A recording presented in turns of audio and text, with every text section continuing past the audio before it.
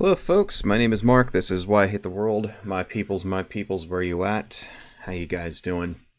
Lots of stuff we need to talk about out there in the world, and first thing I want to start with is Nick Fuentes. So if you all remember Mr. Fuentes, he was in the news recently, last month, because he had a very big boy, big brained 7th grade vile scumbag take on the election, which was the your body, my choice thing. And he got a little bit of internet points for that. You know, his fans and stuff were rallying around him, and he was jumping up and down with incel glee at the fact that women are not able to control their own bodies in large portions of this country. And of course, when you say vile shit like that, people don't like it. So a 57-year-old woman activist decided to visit Nick Fuentes at his house, which is very bad. Do not go to the houses of these people, folks. Just don't fucking do it. And one thing led to another, and Mr. Fuentes decided to do the most rational thing, which was to spray her in the face with mace and kick her down the stairs of his porch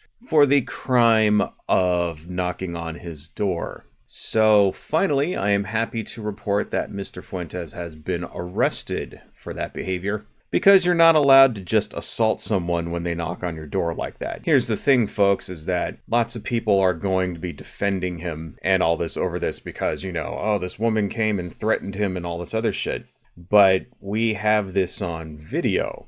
There's a video of it. She recorded the altercation. She doesn't look like she's threatening at all. She doesn't try to, force her way into his house or any shit like that.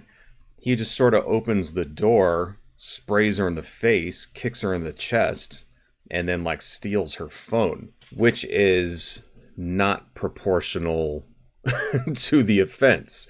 See, you are allowed to use violence to defend yourself in this country, and only to defend yourself. You're not allowed to just use disproportionate amounts of violence.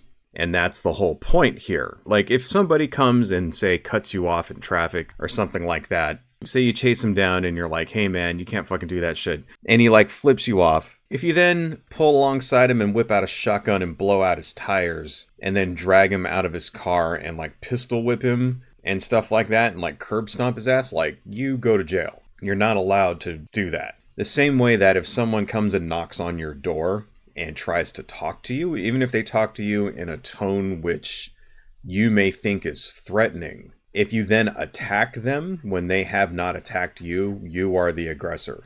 See, if she were to try to muscle her way into his house or something like that, then he would be justified, because your house is yours. And the minute somebody steps into your house without your permission, it's called the castle doctrine, I believe. It's you're defending yourself. Kind of like if somebody breaks into your house, it's like a thief, and there's a guy in your house and he's stealing shit, and you see him and you shoot him, chances are you're probably going to get off, because it's the castle doctrine, and just being in your house is threatening enough. And I know it's not like that in every state, but I believe in the majority of states in this country, that's a justifiable reason for using violence, right?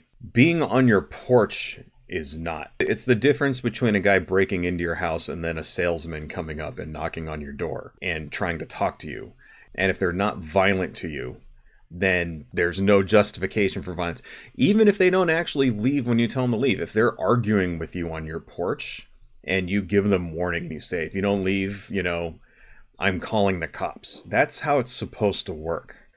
You're not supposed to instigate the violence, because the minute that you instigate, it's no longer self-defense. So I don't see how Mr. Fuentes is going to use the self-defense argument when he was not under any danger.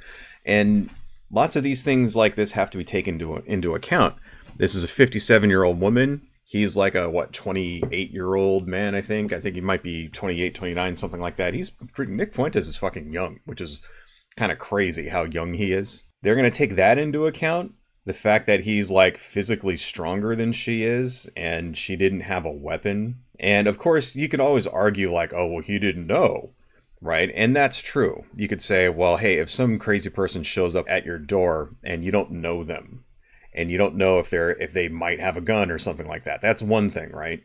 but are they being physically threatening? Do you have an actual reason to believe that you may be harmed? And does just coming to someone's house and bitching them out, like yelling at them, does that meet that threshold? Well, that's what we're going to have to find out. That's what the jury is going to have to determine. And I don't see it going very well for him. I mean, I don't think Nick Fuentes is going to prison or anything like that, but at the very least, I think he might get some probation. He might even get to have to serve some time for assault and battery. But I don't know. Lots of wacky things happen in this country, and he is kind of a Z-grade celebrity. So they might try to spin it like, oh, she's some kind of evil stalker type person. I mean, there's lots of different ways that this could go. And I'm thinking chances are he's probably going to get off, which I think is bullshit. But we'll see. I mean, I'm just from looking at what actually happened and seeing the reputation that Nick Fuentes has, I don't see it going well for him. I'm just happy to see that he's being held accountable for this, because this guy milked that shit when this happened. See, every time something like this happens to one of these sort of influencer people, they spin it to get views and clicks and make money, right? Case in point here, Mr. Fuentes posted his own mugshot to Twitter. I don't know if they gave it to him in black and white or if he like changed it to black and white in Photoshop in order to make it look more menacing. But if you look at the reactions, see, this is him on Twitter. If you look at the reactions, half of the reactions are people like happy that he did it. Like this guy, I'm not going to play this, but this guy superimposed his face over this scene from the fucking Sopranos. Like they're happy. This fucking guy, look at this dude, Clover Lavender. Never surrender, comparing his like mugshot with fucking Donald Trump, which is like, okay. The fuck out of here. Here's another one. This is going to be in our grandchildren's history books. Yeah, sure it is. Are you fucking serious? Do you really think Nick Fuentes is going to be in the fucking history books? That person's name is Mother Groper, by the way. Some of them are actually against Nick Fuentes. Here's some Blizz B. Why are you proud of abusing a middle-aged woman? What a big man you are. So much SDE from you, little Nicky. What an embarrassment you are. And there was one that I wanted to show you was this, of course. I think that one says it all. The point, I think, stands is that something like this happens, and it doesn't matter if it's positive or negative. It's sort of like there's no such thing as bad publicity. And Mr. Fuentes is riding this wave because he's in the news, and every time people like this get in the news, they make money because people come... They check them out on social media, they follow them, and that inevitably leads back to their platforms where they consume their content. So he's happy. He's enjoying the fact that he got fucking arrested. If he wasn't, he wouldn't be bragging about it on Twitter. I kind of hope he gets held accountable because Nick Fuentes is a piece of shit. He's a scumbag, and he's one of these guys that says the most vile fucking shit. His platform and his rhetoric and the ideas he spreads, especially among young people, makes the world worse and results in people's lives being destroyed. Basically, the shit that he says results in violence. It results in hate crimes. It results in assaults. It results in families being broken up because of racism and bigotry and hatred. And I kind of hope he gets what he deserves. Couldn't have happened to a nicer guy. So that's going to be a case that I'm going to be following. Because fuck Nick Fuentes. These people need to learn that they can't just do whatever the fuck they want and get away with it. Hello folks, if you like what I do and you want to support the channel, please consider buying something from my Etsy shop, supporting me on Patreon, liking and subscribing, and checking me out across my social media links listed below. Thank you all so much, and see you next time.